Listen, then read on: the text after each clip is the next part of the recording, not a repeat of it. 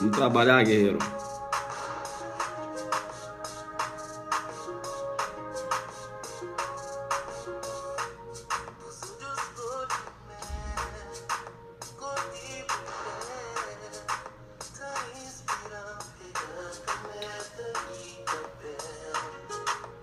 Vamos jogar duro.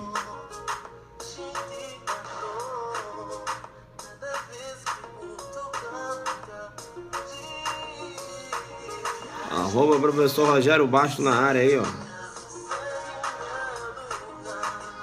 Joga duro. Arroba Delta Luiz Marcelo também na área.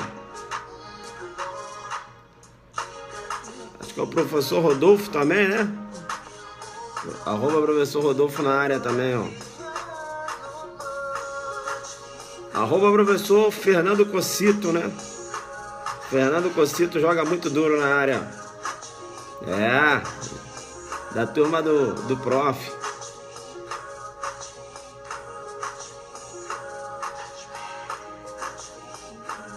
É isso aí.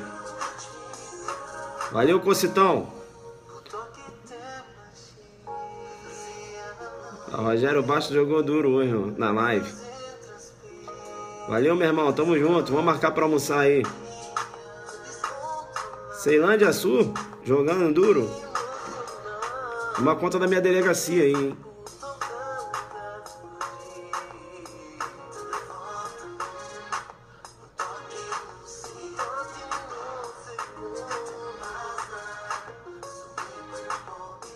É isso aí, galera. Águas Claras DF. Alô, Big Field. Ó, Big Field na área aí. Big Field. Big Field é parceiro, né?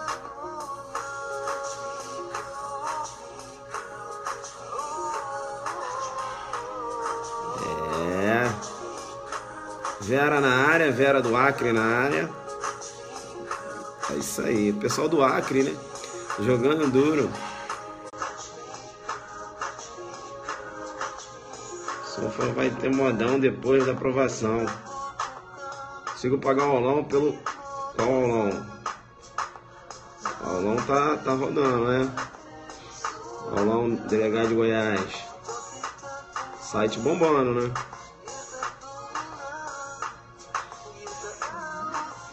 É isso aí.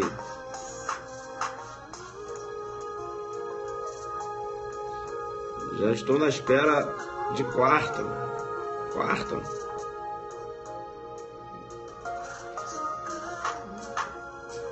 É isso aí. Belenzuc não é aquele... Não entendi. Continuidade do aulão. Continuidade do aulão é amanhã, né? Eu já falei, né? Que aí é uma outra pegada para PM Goiás. Essa pegada aqui é pegada delegado de Goiás. Beleza? PM Goiás amanhã. Né? A continuidade lá do aulão à noite. Eu falei isso, né? Amanhã não. É quarta-feira. Professor, obrigado pelo Zucderno. Ah, recebeu o Zucderno, né? Irmãs Adelante jogando duro.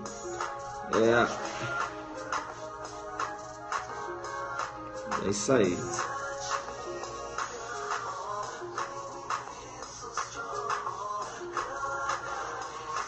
Vamos lá então.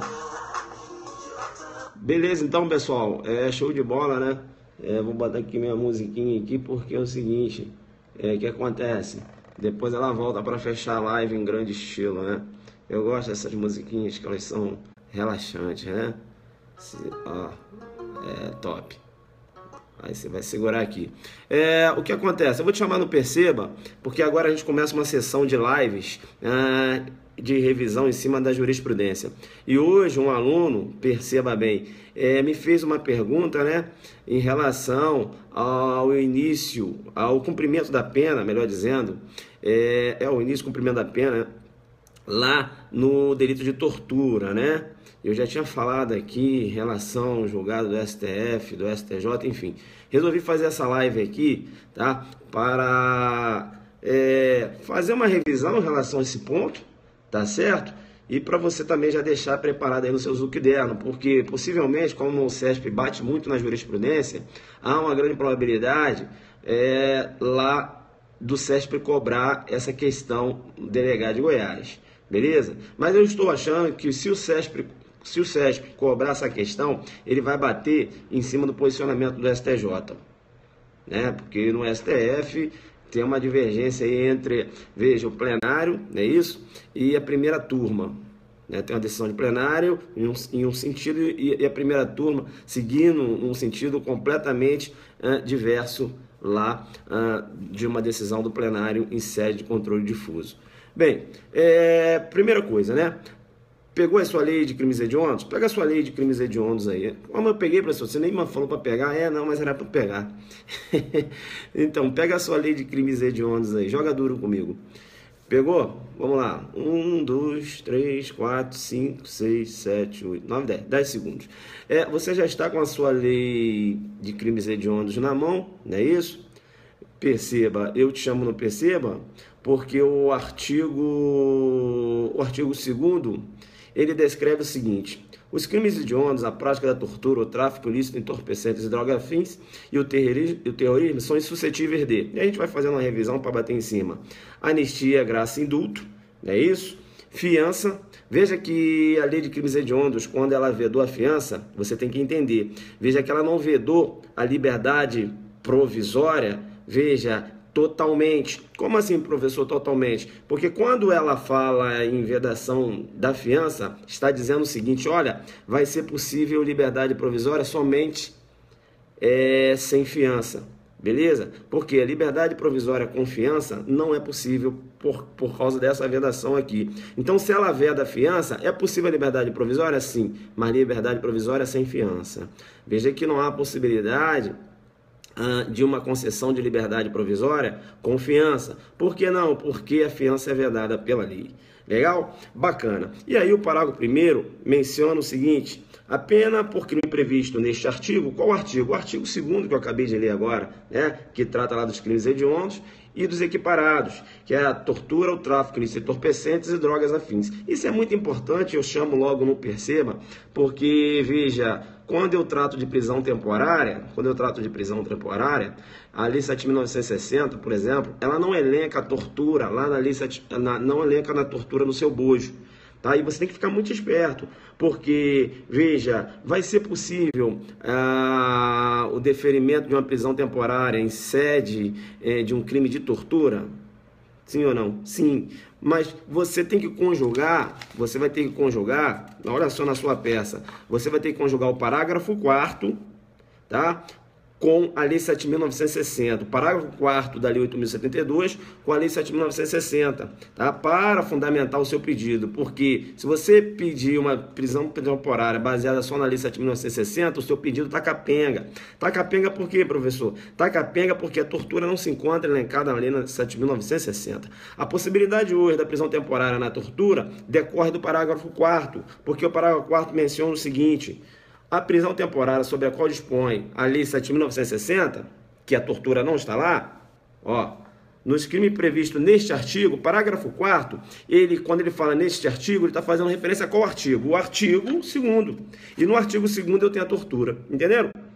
Isso, o parágrafo 4º que possibilitou a prisão temporária no crime de tortura, né? Aí ele vem dizendo, terá o prazo de 30 dias prorrogável por igual período em caso de extrema e comprovada necessidade. Aqui tem uma pegadinha muito boa que o examinador pode fazer. Ele vai falar assim, é possível a prisão temporária, né, no crime de tortura em qualquer caso. Em qualquer caso não, filho. Você tem que demonstrar, tá, a extrema necessidade daquela cautelar. Não é isso? Não só da prisão temporária, como também da prisão preventiva, né? Hoje a regra é a liberdade, a prisão é exceção. É isso? Uma cautelar hoje, como disse o Cursito ontem, né? Ela demanda a chamada justa causa, inclusive para a decretação da prisão cautelar, não é isso? Fomos em bom iuris e o periculum in mora lá na prisão preventiva, por exemplo, né? Fomos comics delictus, melhor dizendo, e a possibilidade lá do agente, né? Veja, o periculum libertatis, né? O perigo da liberdade. Ele está em liberdade, veja o perigo que ele provoca, né? E aí, veja, comprometendo a ordem pública, praticando ações criminosas, não é isso? Isso é importante, né? É isso aí. Fumus comitis delicto e periculum libertatis, que representa aí o periculum in mora e o fumo boniuris, não é isso? São os pressupostos. Bacana. Tá, e aí eu entro agora aqui na pedra de toque da questão. Bem, o parágrafo,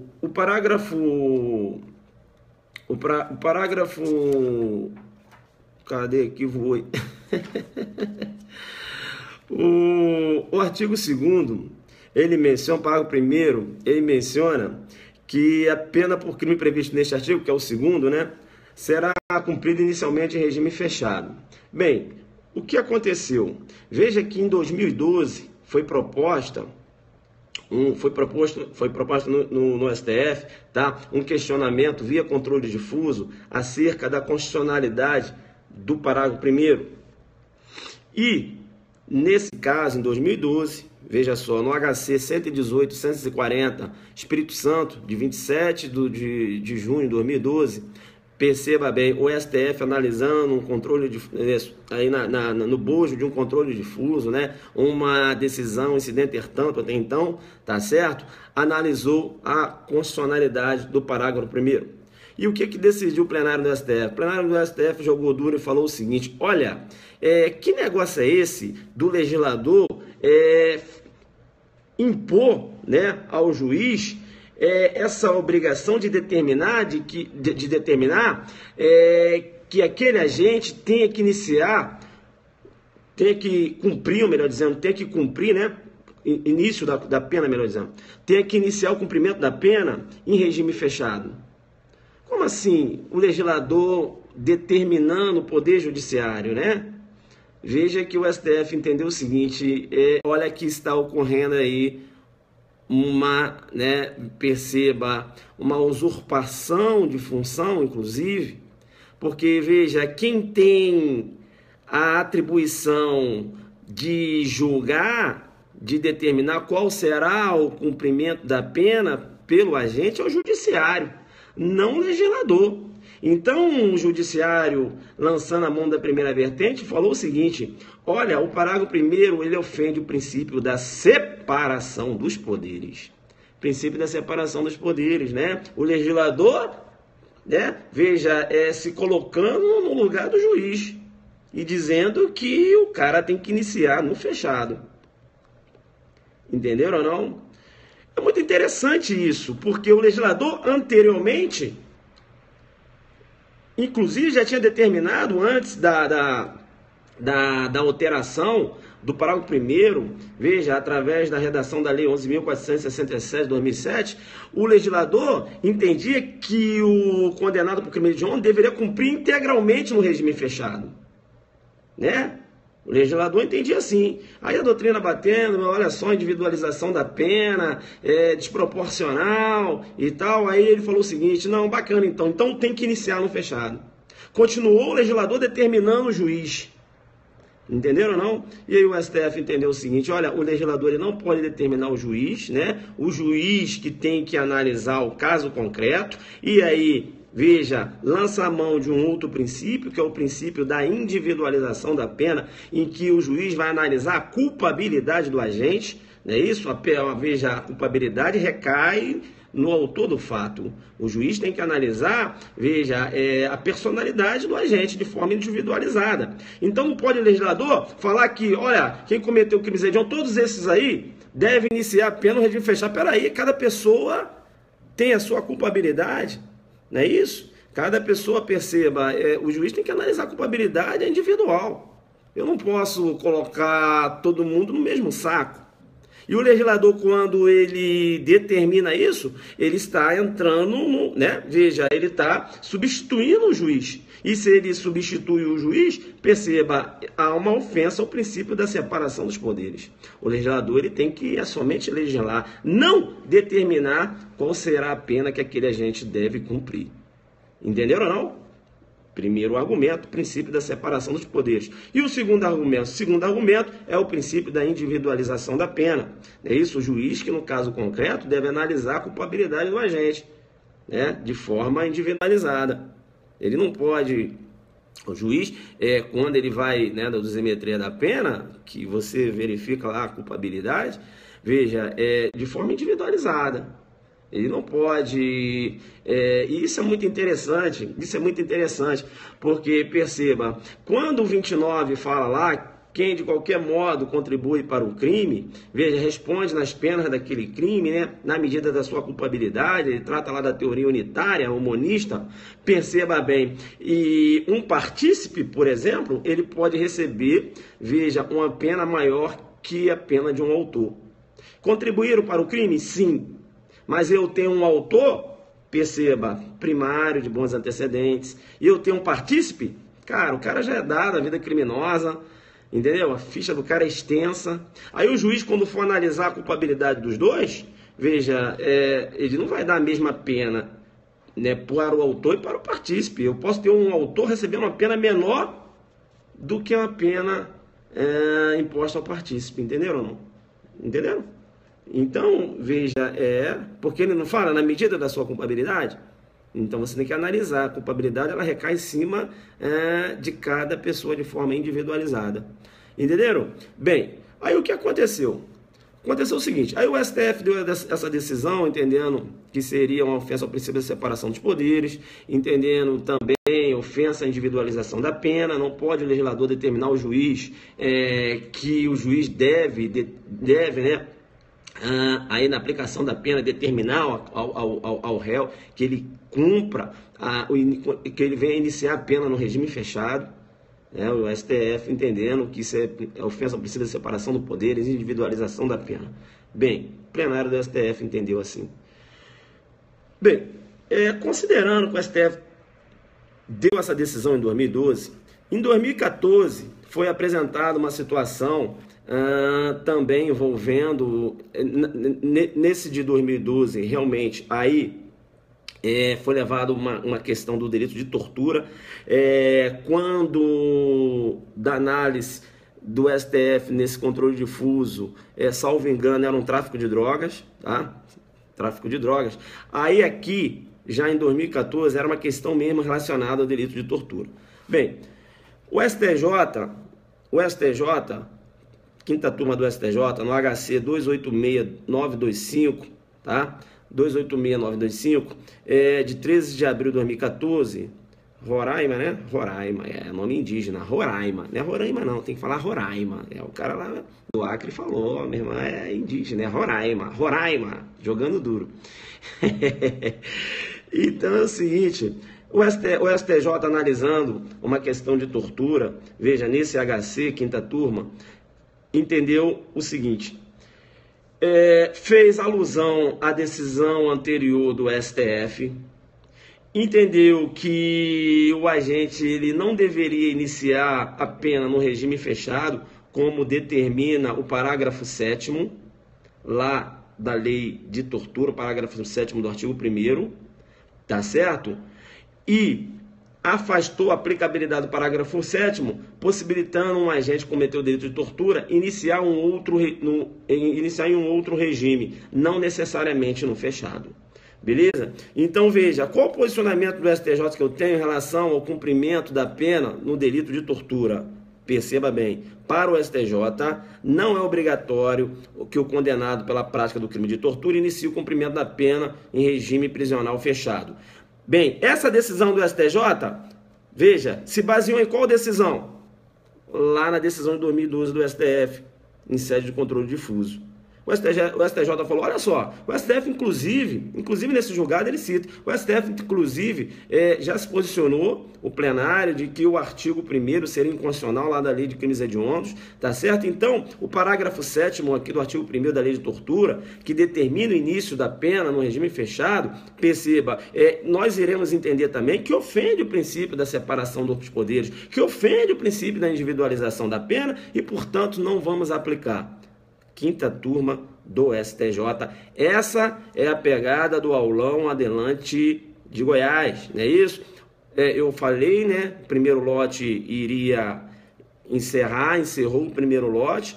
Te chamo no Perceba. Segundo lote abriu hoje, mas já está bombando, está arriscado já encerrar no final de semana, não é isso? Então você tem que correr, né? Se você vai fazer o nosso aulão lá, baseado nessa jurisprudência aqui, porque aqui é uma aula já diferente, né? O pessoal da PM Goiás deve estar aí, né? Olhando assim e tal. A gente fez um aulão mais baseado na letra da lei, é claro. Essa aula aqui é uma aula mais diferenciada, porque é muito baseada muito na jurisprudência. É um CESP. O CESP tem uma outra visão. E aí a gente tem que jogar do jogo, a gente joga o jogo da banca, né? A FUNRI, ela trabalha mais com a letra da lei, o CESP não, o CESP é jurisprudência, entenderam? Não? Que ele pode perguntar, segundo o STJ, aí eu tenho que falar para o aluno o que o STJ, né? Qual é a visão do STJ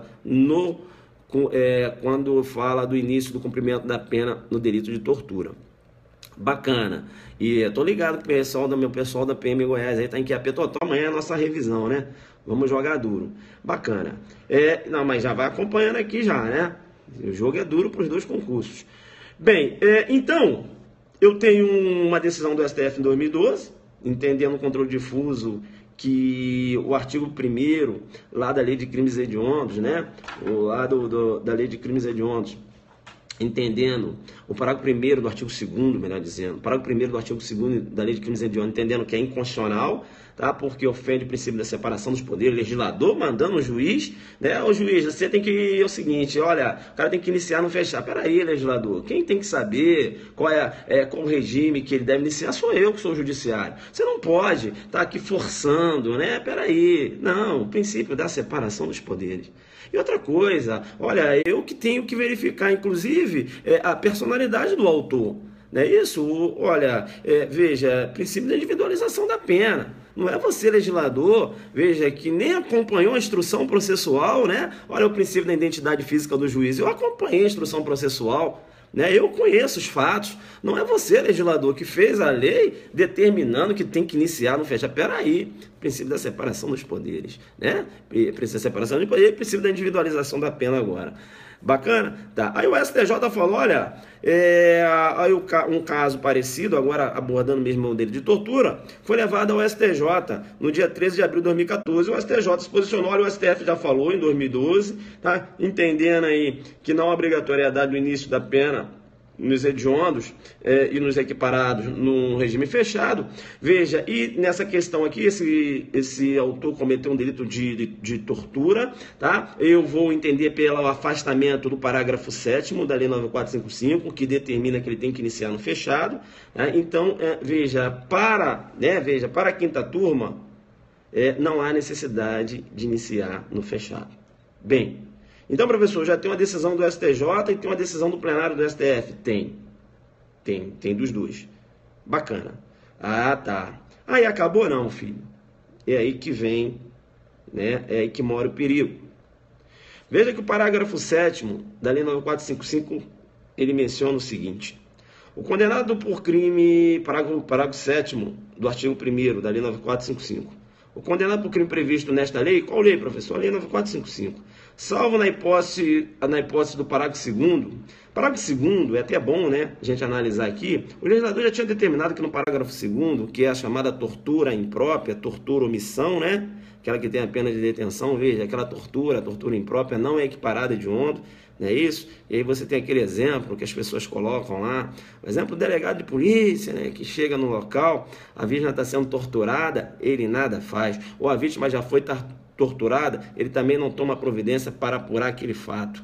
Veja que se a vítima foi torturada, o delegado tomou conhecimento, o delegado foi tomar um café, rapaz, tomou um café, o delegado esqueceu de apurar aquele fato. Professor, eu tenho aí a tortura omissão? Não, filho. Mas como não, professor? O delegado tomou conhecimento do fato e não apurou? Sim. Mas ele não apurou por uma questão, perceba, dentro aí das modalidades de culpa, né? Veja aí, olha, ele foi negligente, não é isso? Ele foi negligente. Veja, tomou um café e esqueceu de instaurar um procedimento. Veja que a conduta dele decorreu de culpa. Veja que o crime de tortura omissão é um crime, tortura imprópria, tortura omissão é um crime doloso. Entendeu? Então, cuidado com essas pegadinhas de prova. Aí coloca lá um delegado, tomou conhecimento do fato, né? Veja, aí foi tomar um café ou por qualquer inobservância do dever jurídico de cuidado, ele não instaurou um procedimento, eu não tenho tortura, omissão aí, porque a conduta dele decorre, aí, a conduta dele tem um revestimento culposo. Legal? Bacana, então fica ligado, né? A mesma coisa nos crimes de abuso de autoridade. Apenas já viu que é nessa aula que eu faço o link? O delegado realizou a prisão em flagrante do Tício, e aí o delegado foi tomar um café e esqueceu de comunicar o fato à autoridade competente, ao juiz. Não é isso? Eu te chamo no Perceba e você já fala, deixou de comunicar uma prisão, tá, abuso de autoridade. Calma, filho, analisa a questão. Agora, ele deixou de comunicar qual foi, né? Vem cá, qual foi o motivo pelo qual ele... Olha, ele foi tomar um café e tal, veja que eu não tenho dolo. Os crimes de abuso de autoridade são crimes necessariamente dolosos. Eu não tenho abuso de autoridade com uma roupagem culposa. Então fica esperto em relação a isso, beleza? Tranquilo. Bem, o colega está colocando ali relaxamento da prisão, pode ocorrer um relaxamento da prisão. Agora eu vou te falar, o posicionamento do tribunal hoje, do STJ, do STF também, é que a falta de comunicação da prisão por si só não enseja o relaxamento da prisão. Entenderam ou não? Cuidado, né? Eles vêm dando uma relativizada nisso aí. Beleza? Entenderam? É isso aí. Vamos lá. Tá. Bem, 2 posicionamentos. Sim, 2012 e 2014. Sim, um do STF, do plenário, e outro do STJ. Sim, do STF entendendo pela inconstitucionalidade do parágrafo 1º do artigo 2º da Lei de Crimes Hediondos, e do STJ entendendo, né, pela inconstitucionalidade também do parágrafo 7º lá do artigo 1º da Lei 9455, no mesmo sentido do STF, ainda citou o precedente do STF. Isso, bacana. E o que você tem para falar agora, professor? Eu tenho para falar para você o seguinte, em 2014, eu tenho a decisão do STJ, não é isso? Em 2015, a primeira turma do STF, pessoal, seguindo na contramão de tudo, inverteu totalmente a concepção até então externada pelo plenário.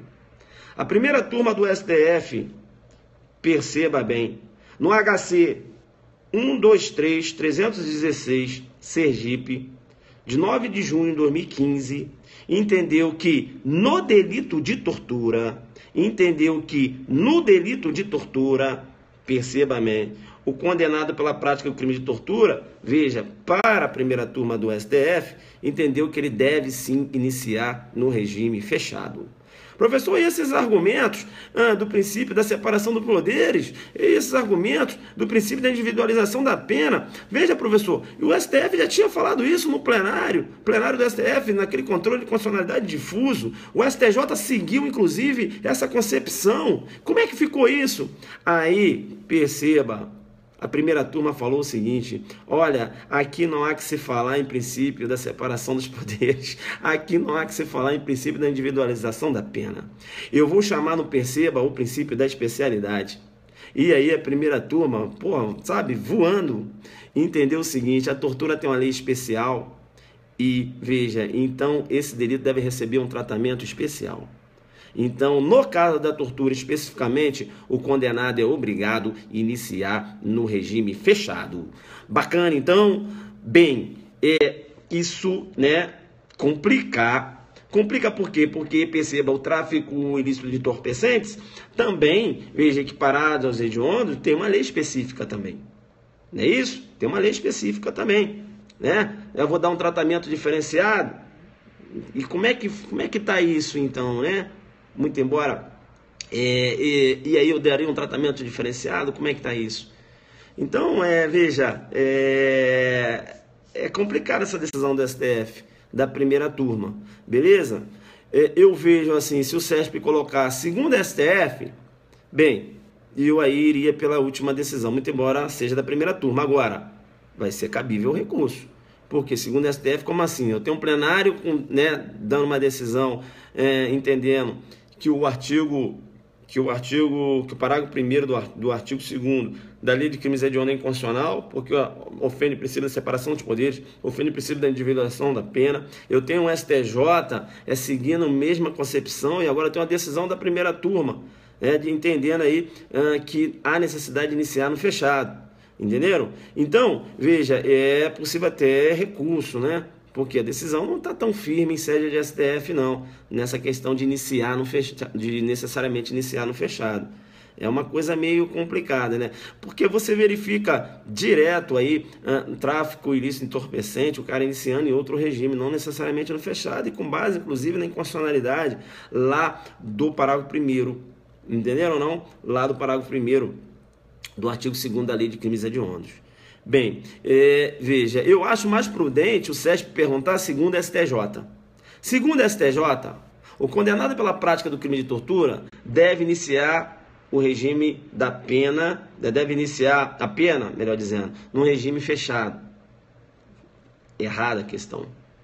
Errada a questão. Por quê? Porque o STJ, no HC 286925 Roraima, né?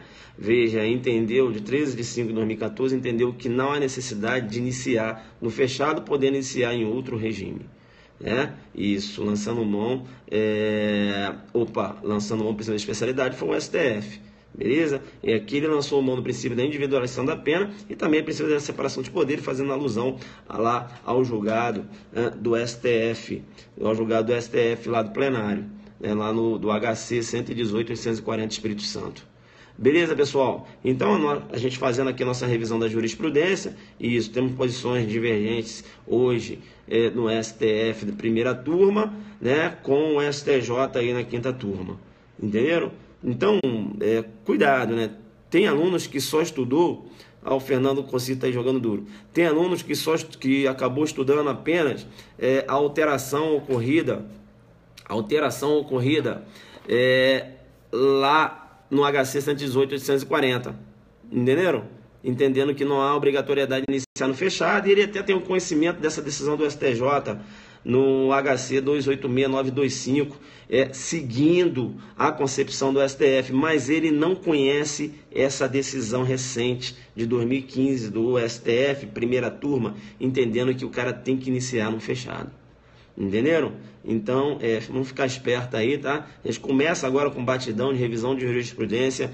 Amanhã estarei lá na live do Amo Direito, batendo toda a jurisprudência da Lei 10.826, a gente vai falar inclusive aspectos importantes, por exemplo, arma enterrada no quintal da residência, é porte ou é posse? Arma enterrada no quintal da residência, é porte ou é posse? E aí, eu vou jogar duro com você e vou dizer para você, tem precedente do STJ, entendendo que a arma enterrada no quintal da residência, perceba, é porte e não posse. Professor, mas por que não seria posse em intramuros? Veja, perceba bem, lá no delito posse irregular de arma de fogo, eu não tenho o verbo ocultar. Entenderam ou não? Uma arma que está enterrada, ela está oculta, e o verbo ocultar se encontra no 14 ou no 16. Então, se uma arma se encontra enterrada no quintal da residência, veja, eu tenho julgado o STJ entendendo que é porte, não posse, mesmo que a arma esteja, entre aspas, intramuros. Legal? Bacana? Então, fica esperto aí, né? Essas e outras lá no aulão delegado de Goiás, né? O pessoal que acompanhou o nosso aulão da PM Goiás percebeu que a gente não foi para brincar no aulão da PM Goiás aqui em Brasília. O trabalho foi muito sério, o jogo foi tão duro que tem aluno cansado até agora do aulão, né? Tem professor também que está cansado até agora do aulão. Conheço um professor aí que está cansado até agora do aulão. Até agora ele ainda não, né, do ritmo, que entrou num ritmo muito forte. E é esse o ritmo que a gente vai empregar lá em Goiânia. Faça logo a sua inscrição, www.adelante.net.br. Beleza, pessoal? Essa informação que eu estou passando aqui do delito de tortura, na verdade, é uma informação que já consta aí no seu Zucchiderno, né? Quando eu tratei do delito de tortura, eu ainda falei que a tortura, a doutrina tem o costume, a habitualidade de chamar a tortura de crime jabuticaba, é isso? Crime jabuticaba. Por que o crime jabuticaba? Crime jabuticaba porque, veja, o delito de tortura na modalidade crime comum, perceba, como regra, veja, só tem aqui no Brasil. Não é isso? Veja que a tortura em outros países é considerada crime próprio. Só um agente público pode cometer o delito de tortura. Mas aqui no Brasil, veja, a mulher que começa a torturar o marido para obter uma confissão de uma relação extraconjugal, ela pode ser enquadrada lá na tortura confissão, também chamada de tortura persecutória, né? Tortura à prova, tortura institucional. Não é isso? Está tortura psicológica, né? Torturando o marido para ele confessar aquela relação extraconjugal.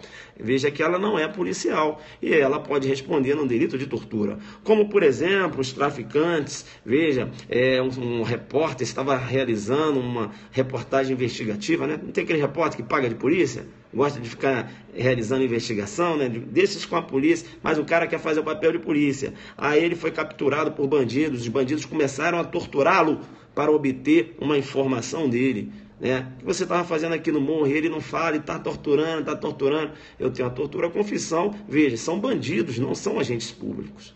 Veja, e serão enquadrados no delito lá na Lei 9455, né? No artigo 1º, a linha A, não é isso? Inciso 1, a linha A. Né, tortura à confissão. Então, veja, a tortura é um crime comum. Essa é a regra. Eu tenho algumas modalidades da tortura como um crime próprio, como, por exemplo, na tortura do encarcerado, como, por exemplo, na tortura a castigo, né? Ali eu tenho uma hipótese de um crime próprio, né? Tortura à omissão, tortura imprópria, veja, é uma modalidade de crime próprio, mas a regra é que a tortura é um crime comum, beleza? E por ser um crime comum, por ser considerado um crime comum, essa visão, né, de que qualquer pessoa pode praticar o delito de tortura, veja, como esse contexto só pode ocorrer aqui no Brasil em decorrência da legislação, você tem essa denominação, né? É o que se chama aí de crime tupiniquim, ou seja, genuinamente brasileiro, não é isso? Tortura é um crime jabuticaba, jabuticaba só tem no Brasil. É por isso que faz essa referência e crime jabuticaba. É claro que é possível, o colega colocou aí, posicionamento firme de que é possível sim, tá, colega? O crime de abuso de autoridade em concurso material com a tortura, beleza? Esse é o posicionamento que vem prevalecendo. É isso? Então, perceba bem, veja, o agente, o agente penitenciário colocou, veja, o encarcerado dentro de uma cela escura, né? Sem razão para isso, né? E, veja, esse ato nem é previsto em lei. Perceba, então, colocou ele lá na cela escura, ele está sofrendo, né? Com o objetivo aí de torturá-lo, e depois falou o seguinte: agora você vai você vai dar 2 voltas aqui no pátio, usando essa calcinha. Aí pega uma calcinha, bota o cara lá e manda o cara dar 2 voltas no pátio. Veja, colocando a pessoa sob sua guarda, constrangimento, né? Então eu tenho um delito de tortura em concurso material com abuso de autoridade. Beleza? É possível. E outra informação também importante, já que eu estou falando da tortura aqui, é a decisão do STJ entendendo que, veja, a prática da tortura constitui aí ato de improbidade administrativa. Já vi isso em prova, olha aí, ó, o colega já viu isso em prova, né? Aí, tá vendo aí? Bacana esse exemplo, né? O agente penitenciário coloca o cara dentro de uma cela escura, né? Ali há aquela tortura psicológica, a tortura do encarcerado, que não há necessidade de violência e grave ameaça. A tortura, para falar a verdade, ela não demanda vestígio de ordem física, não é isso? Então, joga duro ali, veja. E aí o agente, né, aí depois manda o cara colocar uma calcinha e dá voltas no pátio. Eu vou ter concurso material entre o delito de tortura e o crime de abuso de autoridade. Beleza? Então, pessoal, era essa dica rápida, né? Coloca nos seus cadernos, revisão, né, para jogar duro lá na jurisprudência. Corre lá, faz logo a sua inscrição no www.adelante.net.br. Corre para você não perder o segundo lote, beleza? O pessoal que já acompanha nosso aulão sabe que a gente vai jogar duro lá em Goiás. Professor Bernardo Gonçalves, Direito Constitucional, o Papa. Professor André Santa Cruz, Direito Penal Esquematizado. Conhecem? É dele. Professora Josiane Minardi, Direito Tributário, todo mundo conhece. Professor Marco Montes, o Papa, o monstro da teoria do crime, né? E medicina legal. Professor Cristiano Gonzaga, um grande promotor lá de Minas Gerais, vai trabalhar com direito Penal, parte especial, professor Luciano Figueiredo, Direito Civil. Eu coloquei um professor específico com doutorado em eleitoral, porque eu vou colocar 25 itens de direito eleitoral em exercício no meu aulão. Por quê? Porque o CESP me pediu 9 questões no Recife. E eu não posso dar mole para o CESP agora aqui. Tá? Vou colocar 25 itens lá, de 25 a 30 itens, um professor muito top, que é o Alessandro. Processo penal, professor Júlio César Matos. Né? Só tem fera, pessoal, só tem fera. O mais fraco da turma sou eu. Né? Sou organizador, né? Eu coordeno aí, eu sou mais fraco. Mas eu jogo duro, hein? Eu jogo duro. Se marcar, eu boto a bola lá dentro. Eu sou chato. Né? Se marcar, professor, caiu tudo que você falou. Eu venho aí, né? Eu venho na humildade. Agora, se marcar, né? O CESP é meu freguês, com todo respeito. Eu, na humildade, peguei todas. Então é isso. Eu vou fazer uma entrada lá, que vai ser uma entrada só de jurisprudência. O que é jurisprudência? Como assim, professor? Vai ser só uma hora, só falando de jurisprudência. Tá? Nessa uma hora que eu vou fazer, a gente vai falar só de jurisprudência de todas as jurisprudências atreladas aí ao direito penal, processo penal, alienação extravagante, vai ser uma hora, beleza? Só de jurisprudência. Além de uma hora que eu vou fazer, que é a alienação extravagante. Você não é nada fraco, não sou fraquinho. Vamos lá então. Bernardo Gonçalves, professor de Direito Constitucional. Isso aí, humildade, mas conversa. Agora é o seguinte, hein? É o seguinte. Eu sou fraquinho, mas é o seguinte, eu vou estudar do PCL não, hein? Cuidado. A gente vai para destruir, pessoal. Eu não vou para lá para brincar, não. Pode ter certeza disso. Então, o CESP que se cuide. Porque a gente está chegando. Bacana, então? Tranquilo. Anotou esses julgados aí, né? Como é que ocorreu esses fatos e tal. Jogou duro, né? Cara, tomara que caia. É uma redação sobre a tortura. Na tortura? Segura ainda, não acabou não. Não corre não. Não corre não. Se cair uma redação sobre a tortura, alô, pessoal do PM Goiás na área, fazendo alusão, ou caiu uma redação falando sobre terrorismo, né? Correu aí agora as Olimpíadas. Importante você mencionar. Depois até você faz uma pesquisa, eu tenho uma live inclusive, sobre a teoria do cenário da bomba relógio, né? Porque se você manda a teoria do cenário da bomba relógio na sua redação, filho, você, né, vai seguir aquelas outras orientações do professor Fernando Moura, e de português, né, que jogou duro. Aí você chama na teoria da bomba relógio, fala aqui, Funrio, é bomba relógio e tal, entenderam? Teoria da bomba relógio, teoria norte-americana, teoria do cenário da bomba relógio. Que vem assim, isso, ela colocou aí, ó. Que vem a ser a teoria do cenário da bomba relógio. Veja que a tortura, lá nos Estados Unidos, por exemplo, é possível você utilizar a tortura para obter informações, tá? Num cenário de bomba relógio. Como assim, professor? Eles acabam capturando os terroristas e torturando para que aqueles terroristas venham a indicar onde se encontram as bombas instaladas, entenderam ou não? Então é uma teoria, a teoria do cenário da bomba relógio, ela se prende nesse contexto. Beleza? Professor, será que aqui no Brasil seria possível utilizar a tortura para localizar essas bombas? Não. Tá? Não, porque a tortura, veja, não há qualquer, isso é corrente majoritária, não há qualquer possibilidade do uso da tortura como meio de produção de provas quando você raciocina com a órbita nacional. Beleza? Não há. Professor, será que eu não posso torturar o Tício para ele confessar um crime que ele praticou porque estão imputando a mim? Também não pode. Você pode... Professor, mas não seria uma prova ilícita? Prova ilícita, professor, eu não posso usar para acusar, mas eu posso usar, por exemplo, a meu favor, uma questão de absolvição. Veja, a prova ilícita ela pode ser até utilizada, tá? A seu favor, numa questão de absolvição, né? Para te inocentar de algum crime. Mas veja, aquelas provas que, veja, que você tem uma praxe, né? Uma praxe. Como assim? Você pode, por exemplo, realizar uma interceptação telefônica sem autorização.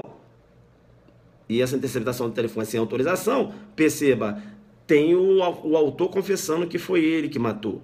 Aí você vai utilizar essa interceptação sem autorização para te livrar. Isso, só. Tá, eu não vou poder utilizar para imputar o fato ao autor, não. Entendeu? Muito embora ele tenha confessado. Por quê? Porque é uma prova ilícita. Entendeu? Veja, a prova ilícita ela não pode ser utilizada para satisfazer a pretensão punitiva do Estado. Entenderam ou não? Entenderam? Agora você pode usar a prova ilícita para a sua defesa, desde que seja uma prova típica, né? Uma prova de praxe. Com a prova de praxe, por exemplo, interceptação de telefônica, não é uma prova de praxe? É. Agora, a tortura é uma prova de praxe? Você pode representa pela tortura do suspeito. Para o juiz definir, tortura o suspeito. Aí você vai torturar, entenderam? Entenderam? Isso que é possível. A utilização da prova ilícita, desde que seja uma prova ilícita, desde que seja uma prova ilícita, veja, mas é uma prova que sempre é produzida de praxe, né? Quando dentro da órbita da legalidade. Ela é ilícita por quê? Porque você não está seguindo o que os procedimentos determinados na lei. Entenderam? Então você não pode usar uma tortura para que uma pessoa venha confessar um delito que ela realmente praticou e estão imputando a você. Entenderam? É isso. Né? Senão você é torturar e tal. E aí a tortura seria utilizada, mas não. E aí no cenário da bomba relógio, importante, você não pode usar a torturar terroristas aqui no Brasil para que eles venham indicar o cenário onde se encontram as bombas. Até porque a lei de terrorismo ela indica que na produção de prova você tem que fazer alusão à lei 12.850, né? Da lei 16.994, é isso? Agora fugiu da minha cabeça. A lei que trata lá do processo de investigação dos delitos de organização criminosa, o processo de julgamento, né? O procedimento de julgamento dos delitos da organização criminosa. Beleza, então, pessoal, tranquilo? Legal. Vamos jogar duro, então, né? Vamos jogar duro. Bacana. A gente se encontra, então, lá no aulão Adelante, delegado de Goiás, hein? Corre não, hein? Bacana? Se cair a tortura, fala sobre a teoria do cenário da bomba relógio e vê se você consegue pegar essa minha live aí. Se você fizer, não entendi. Fizer o exame e acusar o exame, não vi. Qual vale na lei? Não entendi que ele colocou aí também. Beleza, então. Vamos lá. Agora sim.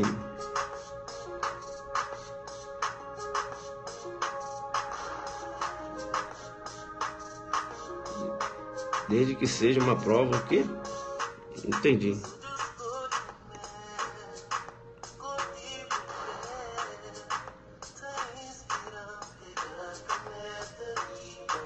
Valeu, valeu. Bacana, então, pessoal. Ou melhor, a lei de terrorismo ela faz alusão à lei dos 1850, tá? Na produção de provas. Dá uma acertada aí. Que exame vale o bafômetro ou o clínico? Os dois. Você pode provar a embriaguez através de provas testemunhais. Prova de praxe. Aí.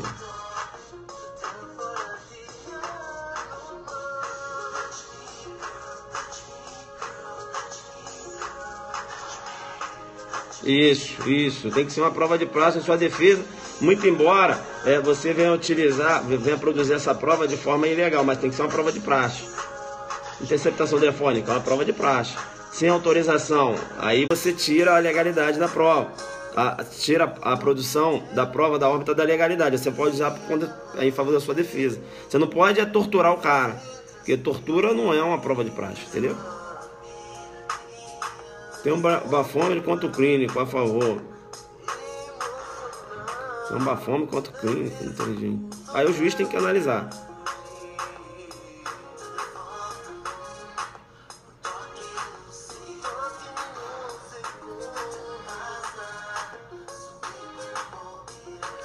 Tortura é um crime formal material, divergência na doutrina. Divergência na doutrina. Há quem entenda que a tortura é um crime formal. Eu particularmente, o senhor delegado, eu sou um mero colaborador. Eu entendo que a tortura é um crime material. Por que material? Porque não basta torturar, tem que ocorrer o sofrimento físico e mental da vítima, causando sofrimento físico ou mental. O tipo penal pede isso. Mas você vai ver na jurisprudência, eu vejo mais na doutrina, né? Doutrina entendendo que é crime formal. Por quê? Porque fica muito preso lá na questão quando ele faz isso. Quando faz intenso sofrimento, isso. Quando faz quando faz alusão à tortura ou confissão, digo assim, basta torturar. Se confessar ou não, eu já tenho a tortura consumada, entendeu? Então seria um crime formal. Então você tem essa divergência. Eu entendo que é um crime material, porque eu entendo que tem que ocorrer o sofrimento, intenso sofrimento físico e mental da vítima. Porque o tipo penal fala isso, causando, né? Sofrimento, intenso sofrimento físico e mental. Bacana?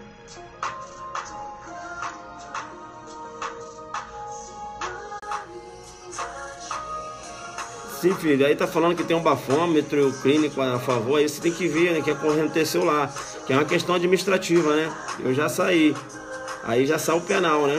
Foi o juiz que decidiu isso? Não. Isso é Detran, não?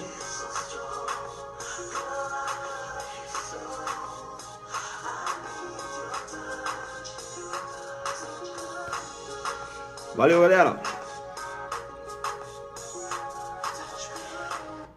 Valeu, então. Adelante focado, jogando duro. Abraço.